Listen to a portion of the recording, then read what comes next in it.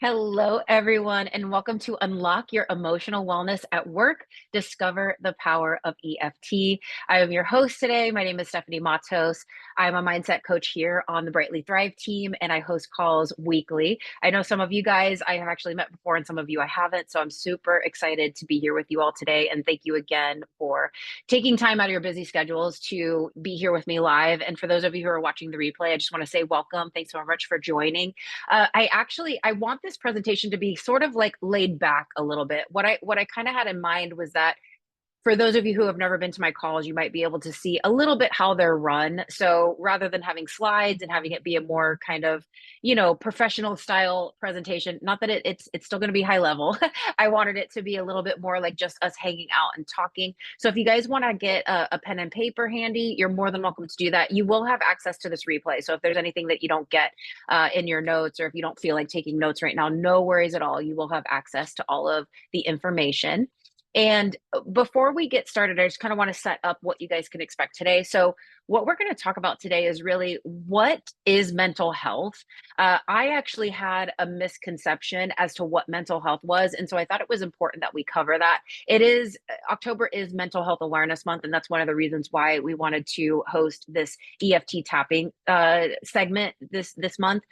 And the next thing is that why is this important? Why are utilizing these tools, or why are going to yoga or the breath work sessions or my sessions or the workout sessions? Why are these so important for our mental health? And then finally, we're going to get into the tools, right? I have a couple tools that I'd like to teach, but obviously EFT is the number one tool that I'll be covering today. So basically, that's the three things you can expect today, and we'll go ahead and get started and just jump in. If anybody has any questions, please feel free to type those into the chat for me. Those are welcome at any time. You can even unmute, you guys. So if you prefer to unmute and ask your question, you're more than welcome to do that. And if you ever want to ask something anonymously, I know I've already said this, but just so you guys are aware, you guys can always message me anonymously in the chat, and I'll keep your name out of it, but maybe read the question out loud or use the topic. All right. So when we're talking about mental health, right? Um, it's funny because I used to think that it was one thing, but really it's something else. So what is it actually? Mental health is really the overall health and wellness of your emotional self, your psychological well-being, your social well-being, and really the way that you think, feel, and act as a result of how well you handle all of those things, right? And so the misconception that I had is what it's not. Okay, so that is what it is. And what it's not is the absence of mental illness. So I used to think like, oh, I'm not depressed right now, so I've got great mental health, or I'm not dealing with anxiety through the roof, so I'm having a really great mental health day. Well, some of that is true, right?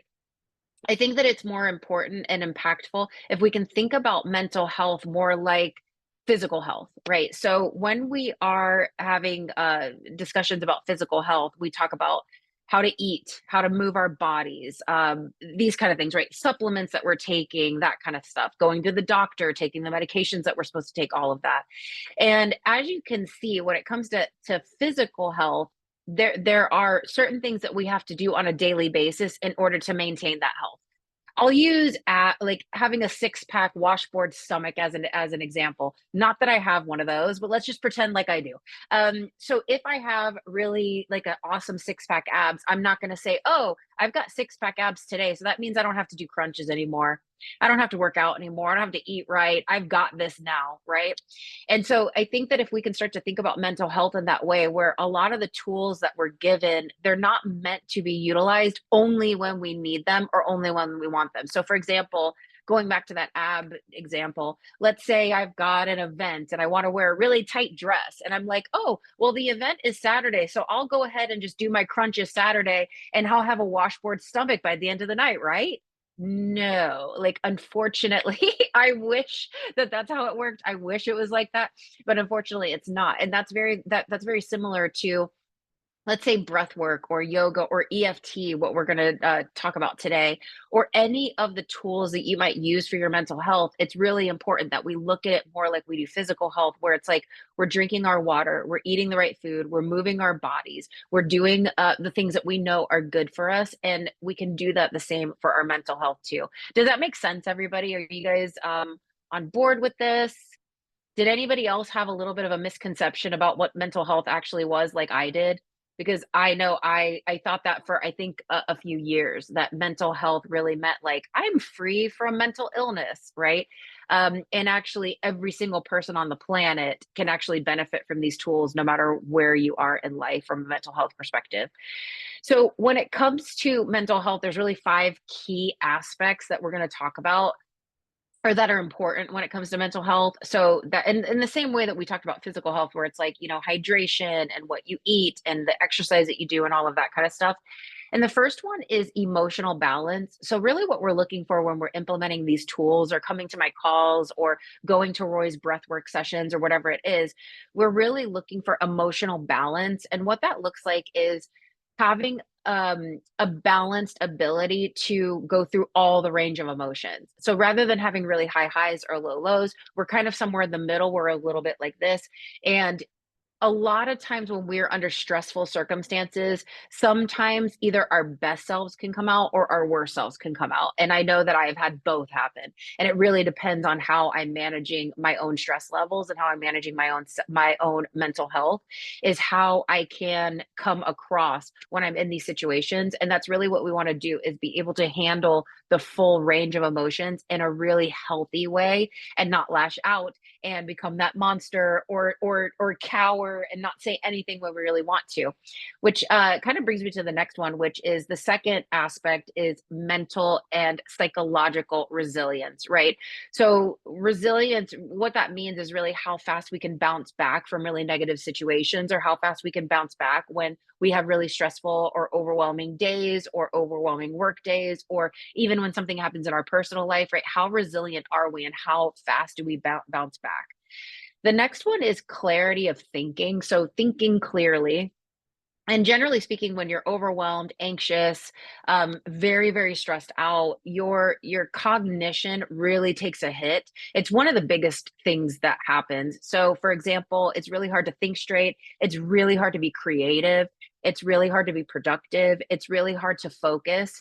If you've ever been in an argument with somebody, you may have experienced where your cognitive abilities go down, and you might go home and think, I didn't say that. I forgot to say this. Or when they said this, I should have said that and I didn't, and all of that kind of stuff. And it's because literally when you're in that fight or flight response, which is called the sympathetic nervous system. That's the fight or flight response is sympathetic nervous system is that when we're not cool, calm, and collected. It's the one that we don't like. It's the one that feels horrible. It's the one that's deleting our brain when we're in those high level situations. Or if you've ever been in a meeting or something and somebody goes, "Hey, you, what would you like to say about this?" And you blank out. And you're like, wait a second, I'm the expert at this, but for whatever reason, I can't remember what I'm supposed to say or what the answer is. Has that ever happened to anybody? You can give me a raise your hand. Okay, I'm not alone then. It's definitely happened to me as well. Hey, welcome, Roy. So basically, what we want to do is manage ourselves before this becomes an issue, is manage our own stress levels so that we have clear cognition so that we can think clearly.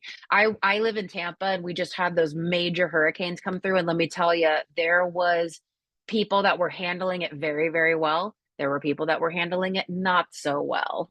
Let's put it lightly. And I'm like, okay, this is where our mental health and all of the tools that we teach really come into play, is how you handle yourself when the going gets tough, when the going gets rough, or when you're caught off guard, those kind of things.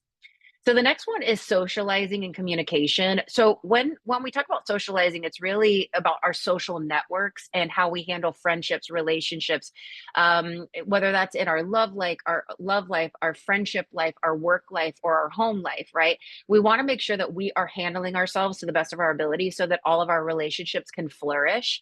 And on top of that, kind of hand in hand with that, is communication. So when we are not handling our stress levels well, when we're feeling very anxious or overwhelmed. We can oftentimes have very poor communication. So we're either not clear, or we fly off the handle, or we go into that fawn response, which is kind of turning into that deer in headlights, or you just freeze, you can't say anything, that kind of thing. And really what we're looking for is a really calm, confident, assertive energy, a really calm, confident, assertive communication style. And that really happens very effortlessly when you are managing your mental health in the way that we talked about, kind of like in the way that we know that we're supposed to drink our water and eat the right foods and move our bodies and all of that kind of stuff. When we're doing this stuff on a daily basis, that these kind of things become very, very easy.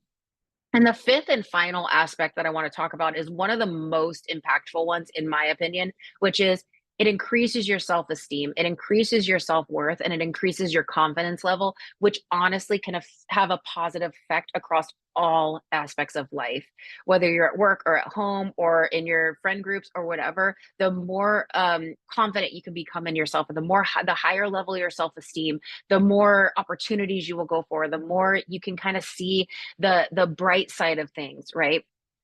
So, and then you guys, if you have any questions, I know I already said this, but please pop them into the chat. I'm going to be kind of going through this a little bit quickly just because I want to cover these things, but I also have the whole EFT thing that I need to also teach you.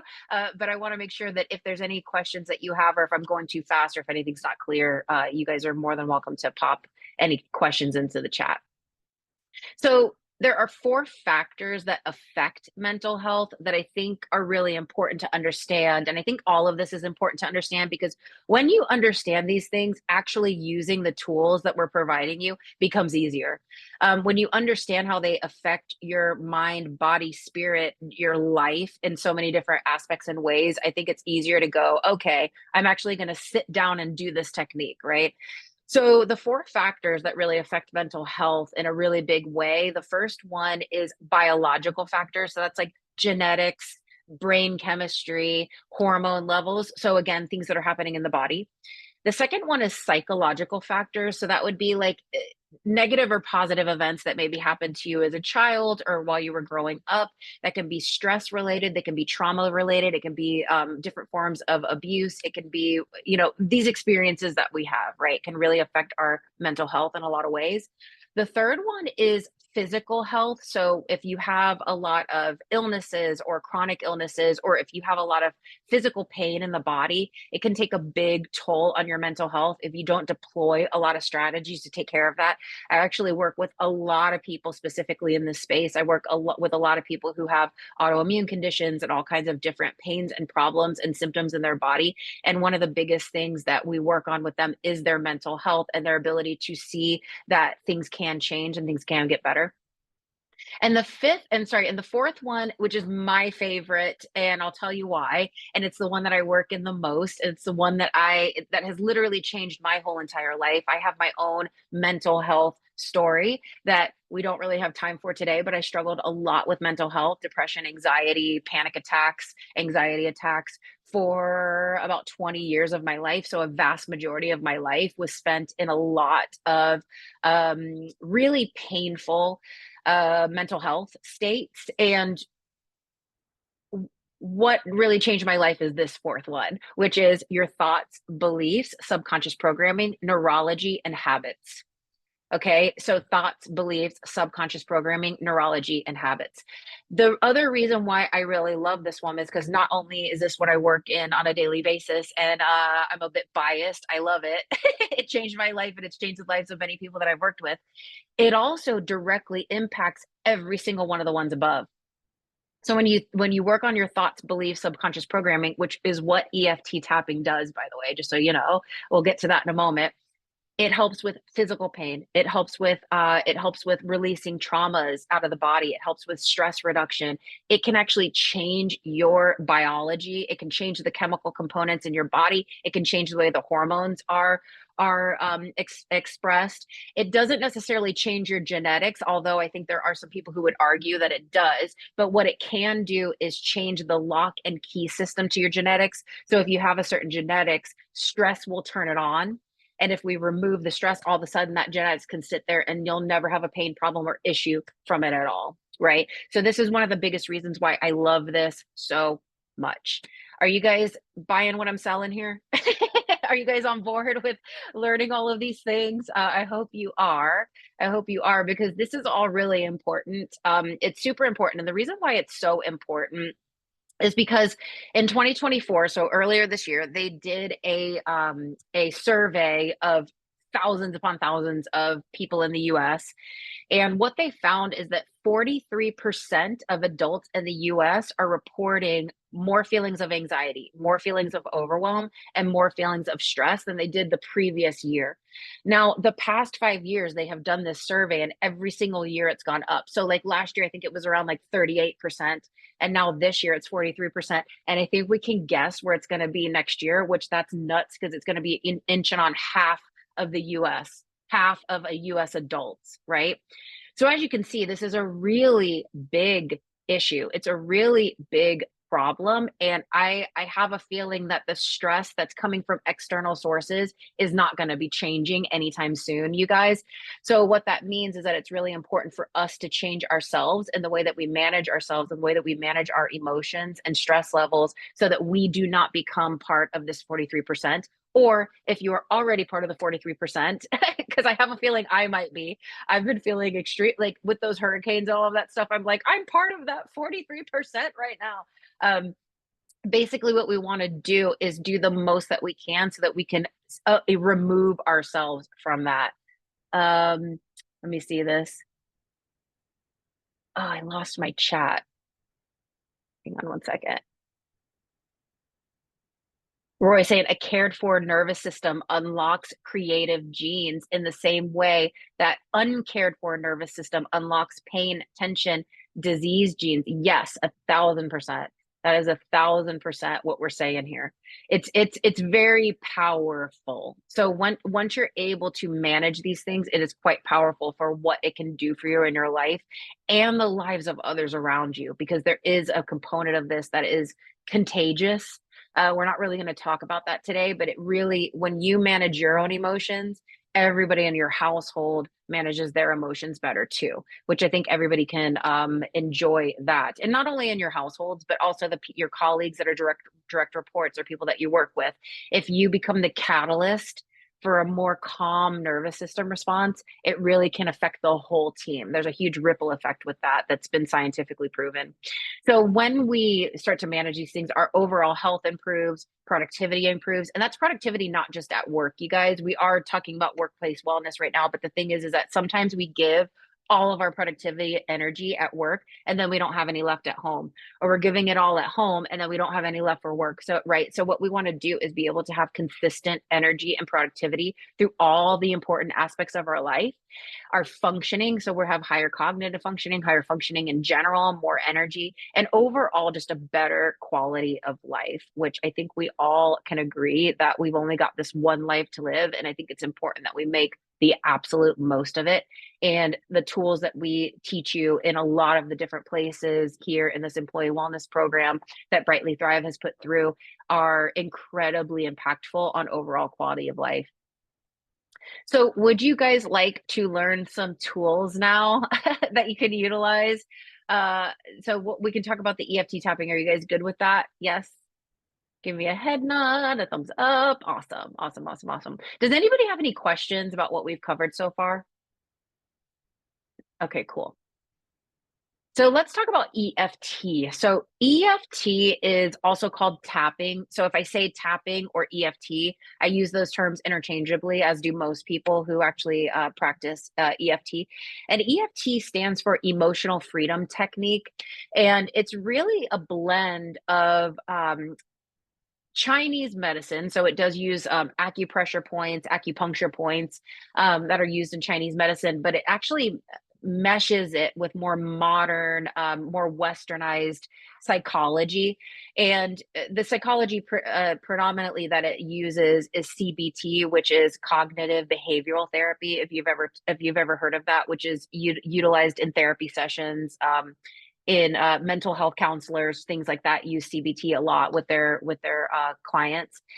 And what it does is it's you're tapping on there are literally hundreds of tapping points throughout the body. So it's almost like you could tap anywhere on your body and you'll be hitting one of these points. However, what we're going to focus on are the 9 typical tapping points. I'll show those to you in a moment, that you tap on lightly throughout your body while saying some specific phrases. And I'll tell you about that in a minute. So the reason why this works so well is because it actually is giving you mindful exposure to the things that are causing you discomfort. That's going to become more clear when we actually go through the session in a moment. So it's mindful exposure to the things that are causing you discomfort. And then we have a reframe, or the ability to change the negative thought into a positive thought, which is where that cognitive behavioral therapy comes in. So that is really what the really like easiest way for me to describe this to you before we actually do it, just so you know what it's actually doing when we're doing this. And then there's a lot of studies that have shown so many different positive outcomes as a result of using consistent EFT tapping sequence. This is the one that I'm going to teach you, using that practice consistently. If you can't use it on a daily basis, doing it like 3 to 4 times a week is really, really beneficial if you are struggling with all kinds of things. So it's been scientifically proven to lower cortisol levels. So if you've ever heard of cortisol, it is a stress hormone, and it's one of the stress hormones that most people hate the most because it causes an accumulation of belly fat. So it's really kind of well known for that, but really it's just a hormone that when it's expressed a lot in the body, it causes a lot of issues in the body. And it's one of those things that actually turns on the genetics that we were just talking about, what Roy was talking about too. Like it's one of the things that if it's chronic, it's not good. And so that's one of the things that it does. It also reduces anxiety. It's been shown to help with PTSD symptoms. It's been shown to reduce pain in the body. It's been shown to have a positive impact on depression. And actually, it also impacts the amygdala. So the amygdala in the brain is actually where the fight or flight response lives. And the fight or flight response is that nervous system response, that the one that we don't want. So what tapping has been shown to do is turn on the parasympathetic nervous system. The parasympathetic nervous system is the one that you want, basically the one that's relaxed. It's in a cool, calm, collected state. It's also known as the rest and digest system, right? So that's actually what we want to turn on. And all of this is the science that shows that this works really well.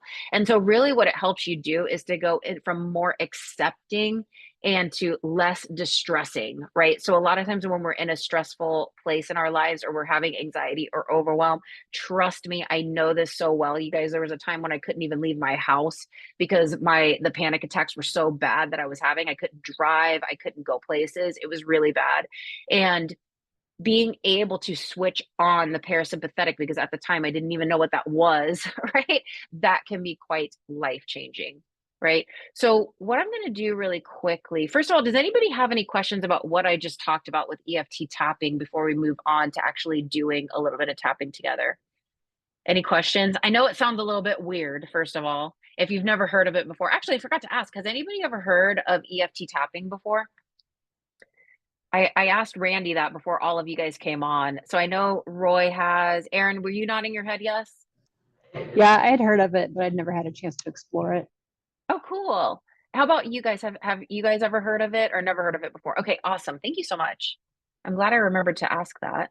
Okay, so this is, can you guys see my screen?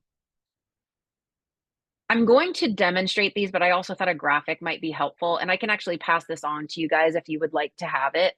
So these are the tapping points that we're going to go through today. One is on the top of the head. There's a karate chop point that's right on the side. There's the eyebrow side of the eye, under the eye. And again, I'm going to show you these myself as well. Under the nose, right below the bottom lip on the chin, the collarbone, and then right under the arm. So kind of right where a woman's bra would be is like right under the arm right here. So I'm going to take this off the screen because I actually think you guys will be able to see it better when I do it myself. So this would be the top of the head. And it's a light tapping. So if you guys want to just practice with me really quick, we won't, this isn't the technically the session. even though this is helping you just by doing this. Okay, so it's here, top of the head, top of the eyebrow, side of the eye, under the eye, below the nose, right below the lip or on the chin. Collarbone is right here. And I like to do these two fingers and hit both at the same time. Collarbone, under the arm, karate chop point, side of the hand. A lot of people call it karate chop for obvious reasons. It's also just the side of the hand. So let's just do that one more time really quickly. So top of the head, eyebrow, side of the eye, under the eye, below the nose, chin, collarbone, under the arm, karate chop point, side of the hand, side of the hand. All right. So those are the 9 tapping points that we're going to be going through. And again, I'll make sure that you guys can get that PDF that I just showed because it's not as clear when you're looking at it on the screen, but I think if you had it yourself, it would be really helpful to have to remember all of this.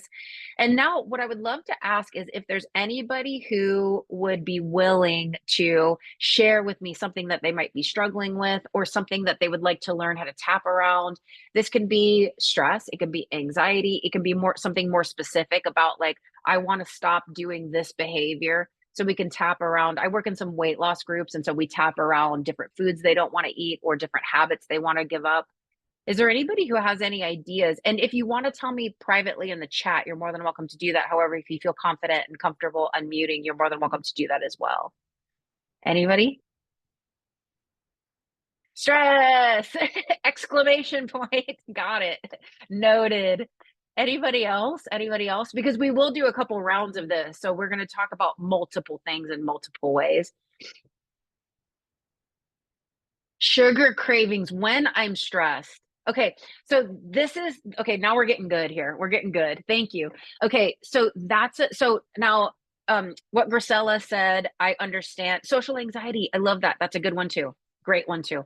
So overarching thing of stress is we can definitely tap on that. However, if there's some ways that this pops up where it's like, I don't want to have fun with my friends, or I am not thinking straight, or because you know how these things pop up for they show up in people's bodies very differently across the board. So some people get headaches, some people have a pain in their chest, some people have GI symptoms, some people have fatigue. Thank you, Roy. Like it depends on who it is. So if there's something specific, like what Aaron wrote in here about sugar.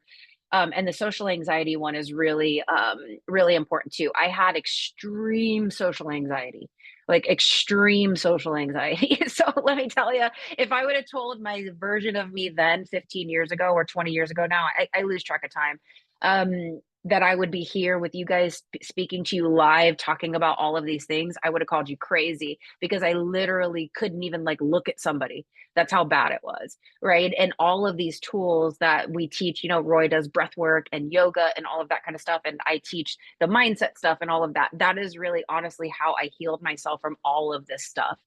I did. And so that's why I'm really passionate about this. And I'm so happy that you guys are being open about all of the things and the ways that it might show up in your body. Okay. So what I'm going to do is we're going to go through a round of tapping. We are going to do like a quick, there's a thing called a physiological sigh that has also been scientifically proven to switch on the parasympathetic nervous system. So we're going to do a couple of those. I'll show you what that looks like. It's very, very easy to do. We're going to do that before we start. And then what I'm going to do is I'm going to call out the tapping point and speak through it so that I'm going to do that a couple times so that you guys get used to it. And then once you guys get used to it, I'm not going to say the tapping point anymore. And then you can actually stay on any point as long as you want.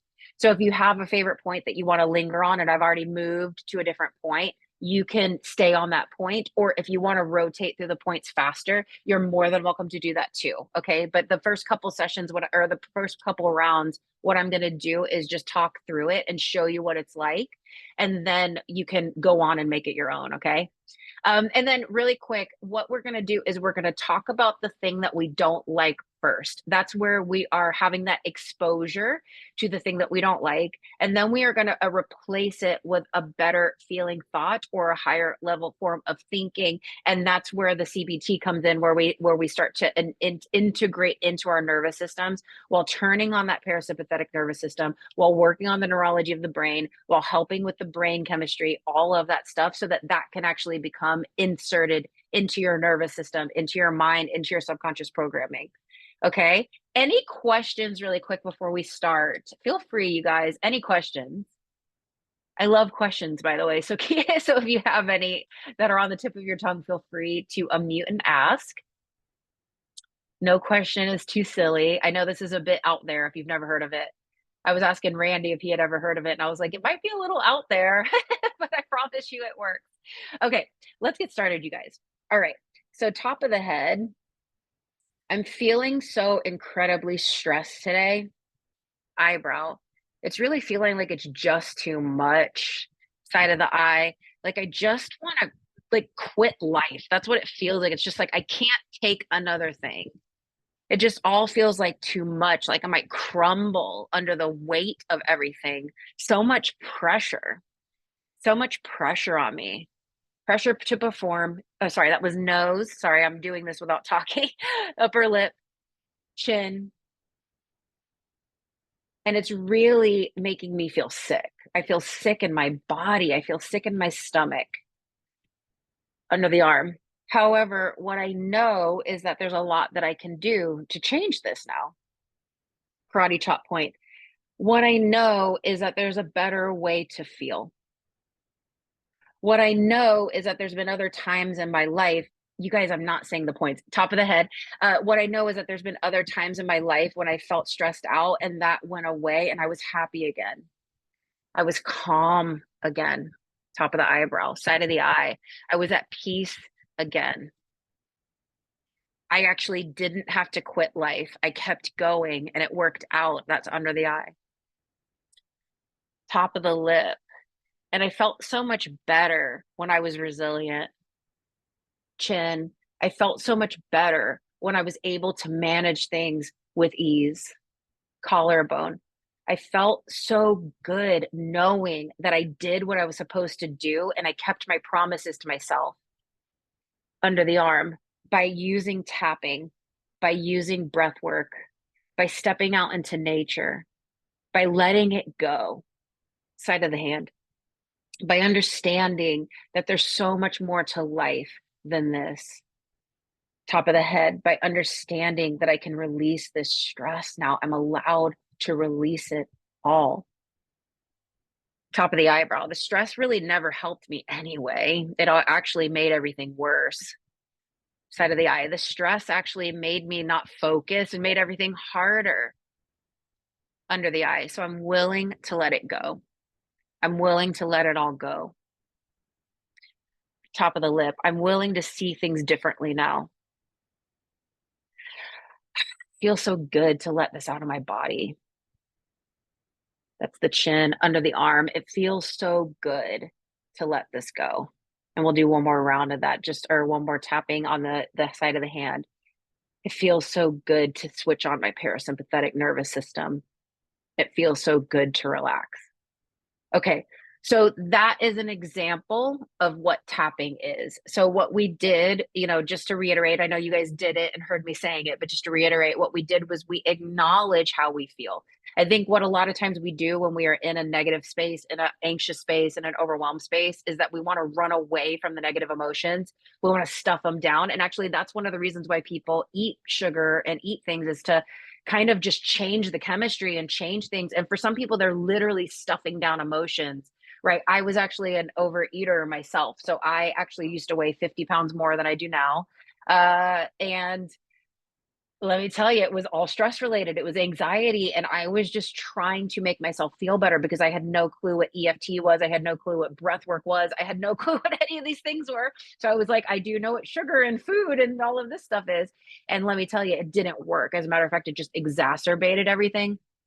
And so what we want to do is bring these things up to the surface, look at them, and then actually say the truth, right?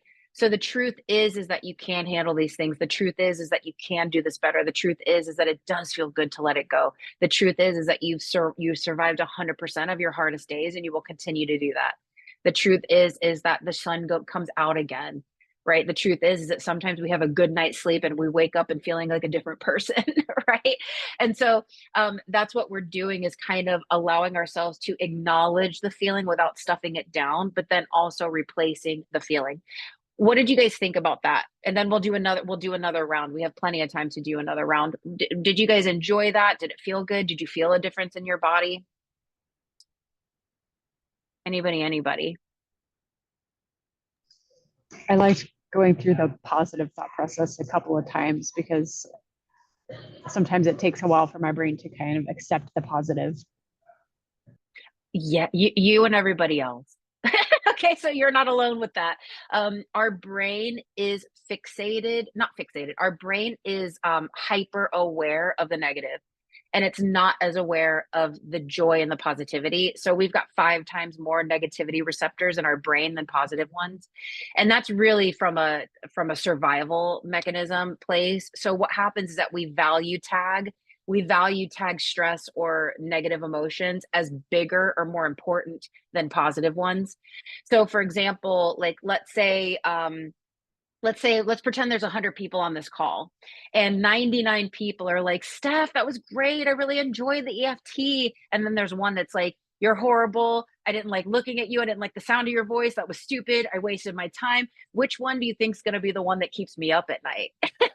It's not the 99 people that said the awesome thing, it's the one person that says the negative thing, right? And that's because our brain values that as bigger or more important. Now, the cool thing about this is that your brain is very malleable and changeable. So it doesn't have to be your set point all the time. You can actually change yourself from a pessimist to an optimist.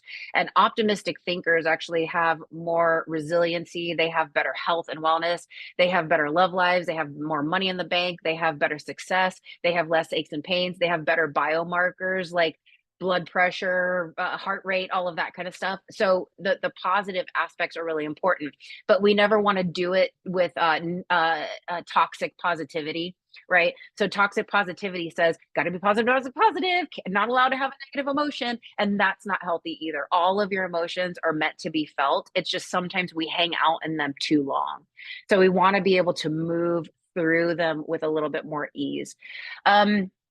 Let's do another round, and then this time I'm not going to say the tapping points, but let's do the sugar. Let's do sugar, and then we can go on to social anxiety, and the fatigue one is a really big one too. Okay, so let's start with the top of the head. So man, I am just feeling so stressed. I'm so freaking stressed out. It's just all too much. All the emails, all the work, all the home life. It's just a lot. And all I want to do is just eat a bunch of cookies, candies, and cakes. I just want to eat everything, because when I eat everything, it's like it numbs me out and I feel better after. But the truth is that oftentimes after I feel better, I feel worse. I actually feel a lot worse afterwards, because I sometimes feel guilt and shame, or I'll have a stomach ache, or I just know it's actually not helping my high and best good. So really what I would like to do is handle these things in a better way. Really what I'd like to do is to be able to release the stress out of my body with ease without even thinking about cookie, candy, cake, or sugar, or chips, or whatever, fill in the blank. What I'd really like to do is become the master of my nervous system. So this is no longer an issue. And actually, I've done this before. And I did it really well. And actually, Steph just said that she used to weigh 50 pounds more because she used to eat so much. And she was able to release that behavior. So if she can do it, I can too. So if many people have done it, I can too. So if there's so many different tools and opportunities within this workplace wellness system that we have at our fingertips, I can actually choose a different path. I can choose something different. And when I think about choosing something different, it really feels so good to imagine feeling completely free from anything that doesn't serve me. So right now we're talking about sugar, but for other people, it could be other things. It could be other things. We have a lot of maladaptive behaviors that we pick up along the way because we don't know better. Maya Angelou says that when you know better, you do better. And I'm so excited to know better. I'm so excited to be at a place where I'm learning all of these different tools and strategies that I can quite literally do any place, anywhere, anytime, that are scientifically proven to work so much better than sugar or alcohol or shopping or gambling or any of the things that people can pick up as a coping mechanism.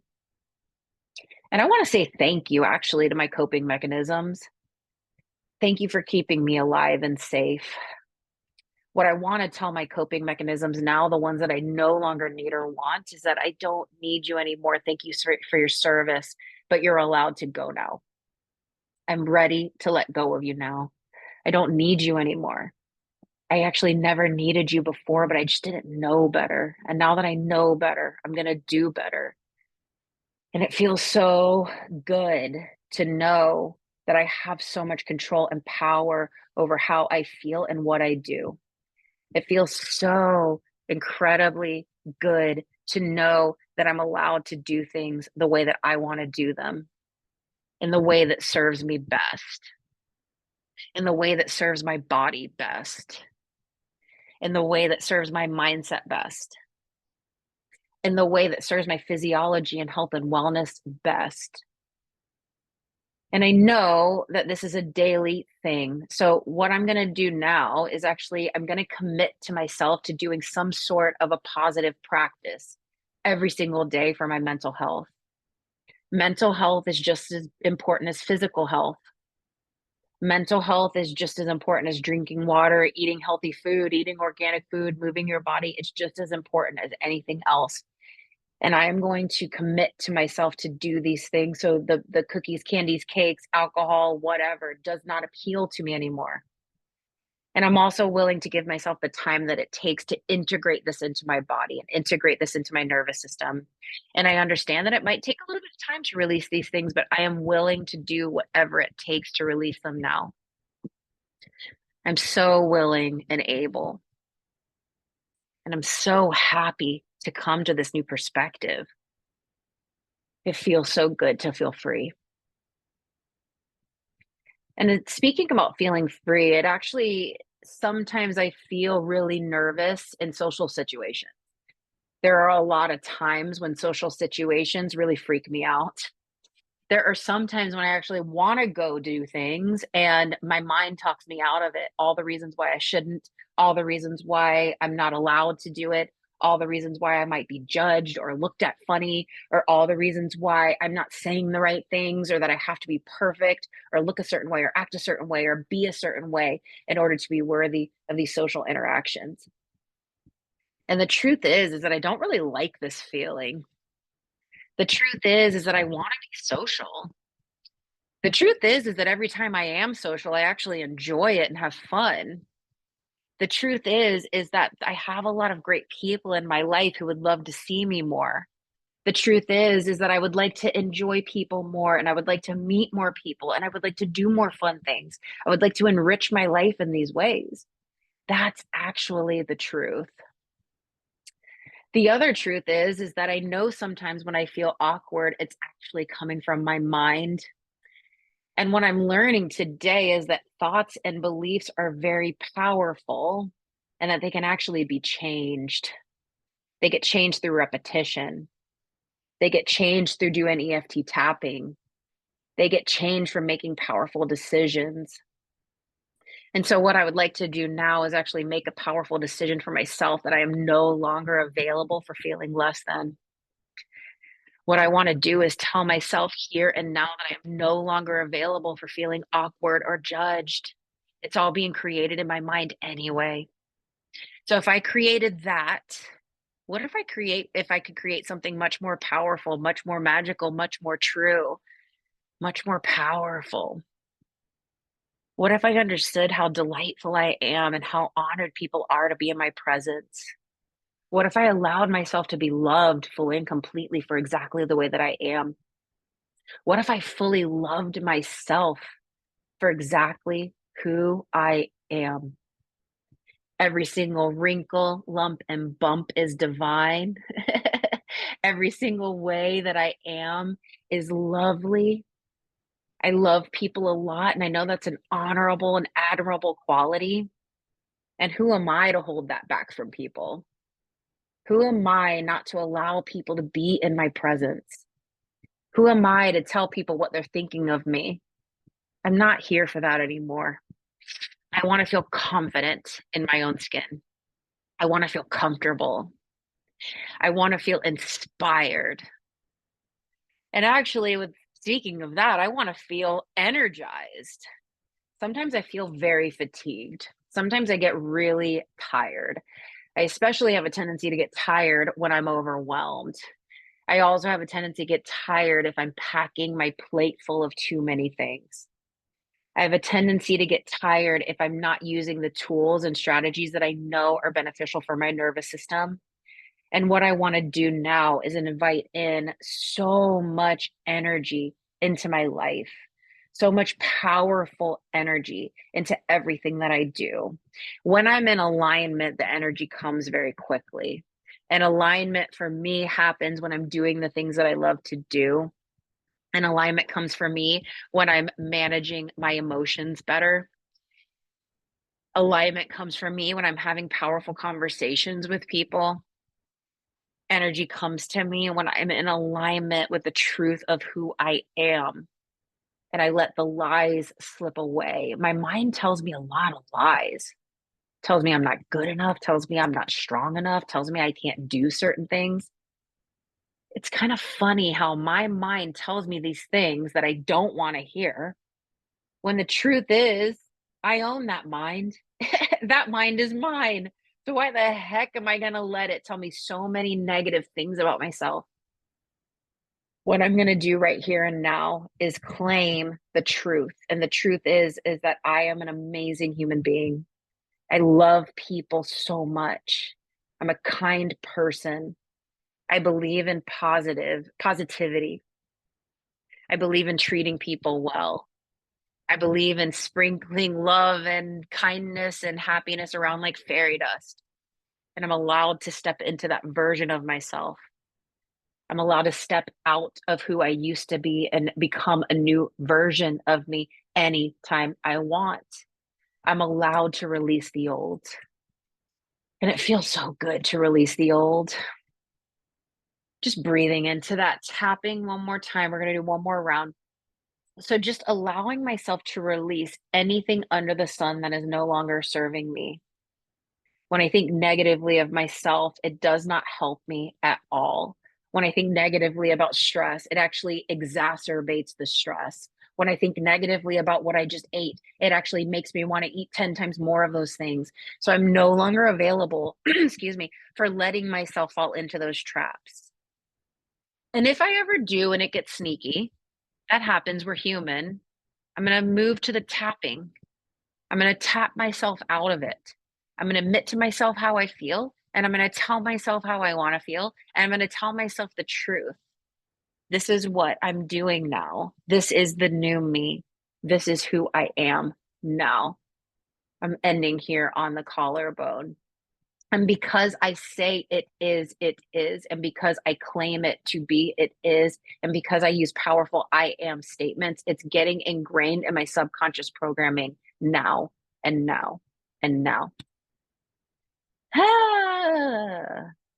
Okay, let's do that physiological or the physiological sigh, which is 2 quick breaths in, 1 longer sigh out.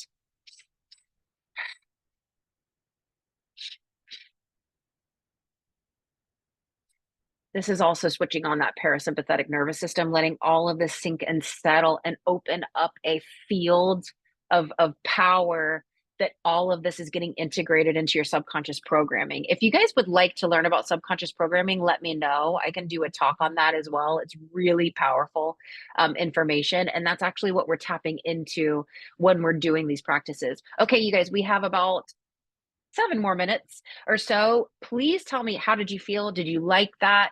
Do you have any questions about it? Do you have any questions on how to implement this in your own life? Please let me know. Stephanie, that was so good. I love the um, just the guidance that you brought forth with your voice and the words you were saying. I'm familiar with tapping. I've never gone through an EFT session, so that was great. But I do want to share just a quick story about the power of tapping. Last night, I was in my yoga teacher training course through Breathe for Change. That's a 300-hour training. It's like master's level yoga teacher training. And right at the beginning, I went into a deep panic attack. And my whole body was like tight and anxious. And I've been teaching these practices to move energy and to like head into the parasympathetic nervous system. I did a few of the the sympathetic sighs, and I'm Yeah. still in it. And then I'm starting to move, and I'm feeling dizzy and like just swirling. And then I start tapping, and that was the thing that actually like started grounding me to be able to sit in it. And it lasted for like an hour, which was amazing. Yes. And it's, like learning these practices, I've discovered that I don't have to push anything away, that I can just receive whatever life has given me in the moment. And yesterday it was a panic attack, and it was a gift because I got to use my practices and then also ground into the knowledge that, like, I don't know what anybody else on the other side of the screen is going through as a online teacher. And my Yeah. students may be going through what, who knows, but Yeah. to just acknowledge that, it's safe to go through whatever you got to go through is just a gift. And the teachers who were there were doing that so wonderfully. So anyway, thank you, Stephanie, for your Thank practice you. today. Thank you so much. Thank you so much for sharing that story and for joining us today. And what I want to do is actually touch on something you just said, which is tapping does not have to be done exactly in the way that I just taught it. Okay, that is one way of doing it. It's very impactful, and a lot of research studies have been done on that exact method. However, what Roy just said is that he's like, I just started tapping, right?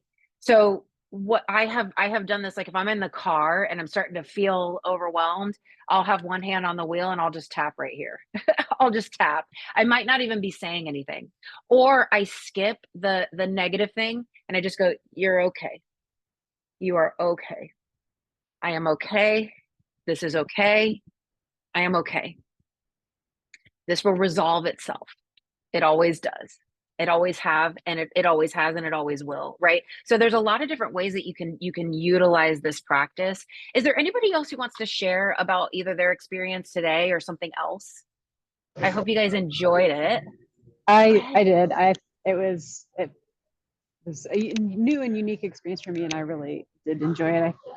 I as we were doing it, I could feel my body starting to calm down and thinking about, like, it's kind of that connection between the mind and the body, right? Yeah. And at the end, it was very interesting. I could feel like a heightened sense of energy in all of the tapping points that we had done. It's almost like a kind of a release or kind of a heightened sense of energy. And so, I'm buzzing. So if yeah, yeah, like my body is literally buzzing. Every time I do this, that's the feeling that I get. But the Chinese medicine aspect of it is those are meridian points. And so that is acupressure points. That's where they do a lot of different acupuncture. And also they consider them energetic points. And I don't talk about that as much because that's a little bit more, the Chinese medicine. However, there are a lot of studies that show that this moves things through your body so much quicker, which is why people with like PTSD and depression and anxiety and all of that kind of stuff have a lot of great results with it, is because it helps to flow things through your body through those powerful meridian points. So I'm so happy that you were open to this and that you felt that energetics. Did anybody else feel anything in their body? I felt a lot more Anybody? calm. I can't say that I'm Yay. feeling buzzy, but it could just be that I had a very carb overloaded lunch. And so that could be interfering with the buzz, but I feel like just the whole body just super relaxed, like a lot more mellow for sure, and a lot Yay. more chill. So I will definitely be tapping when I feel the stress. So Cool. And yeah. then you guys, if you ever want to tap and come to my call, we can just do a whole tapping session. I host those calls every Tuesday and Thursday, and I have one once a month on a Wednesday. So if you guys ever want to just come in and you're like, can you please help me with tapping? Like, yes, I do guided imagery. I can do tapping, like all kinds of stuff like that. So please know you're more than welcome to come in and just request tapping. I would love that. I would love that if you guys did that. Michelle, would you like to add anything, or Randy? And it's okay if you don't, but I want to invite you in. Go ahead. I think I have a little more work to do because, yeah, the social anxiety person doesn't want to share. So, I forgot about that. I just realized, hey, this is that exposure that you need. It's a safe place. This is a safe space for you to practice. Yeah. I thought it But was if you really ever want great. to, yay, Randy. So you liked it? I did feel a little awkward though, as people were walking past looking at me. It's kind of strange to do it in the middle of the office, but I did like it. I did it anyways. Yay. Okay, cool, cool, cool. Hey, if everybody does it, it won't be weird anymore, you guys. If everybody does it, then everybody's gonna be like, hey, wait, I missed the memo. What's everybody doing? I feel left out. You guys are gonna be Randy, the cool people. Go Randy, ahead. Gracie, and I'll do it with you in the office. Fair enough. Yay. Love it, love it, love it. And if you guys want to come to my calls, we can do them together too. So anyways, all right, you guys, thank you so, so much for do it and be weird. Just do it and be weird. It means you're not trying to be like anyone else. I love that. I love that. Definitely, definitely a positive way to look at it. So, okay, you guys, thank you so much for joining me today. Thank you, thank you, thank you. I know you guys have very hectic, busy schedule, so I really appreciate you taking the time to take an hour to hang out with me. I host calls, like I said, a couple times a week. I would love to see you again if possible. All right, you guys, until we meet again, so much love, so many blessings, and so much health, healing, and success to each and every one of you. I'll see you so soon. Bye, everybody. Bye. Thanks.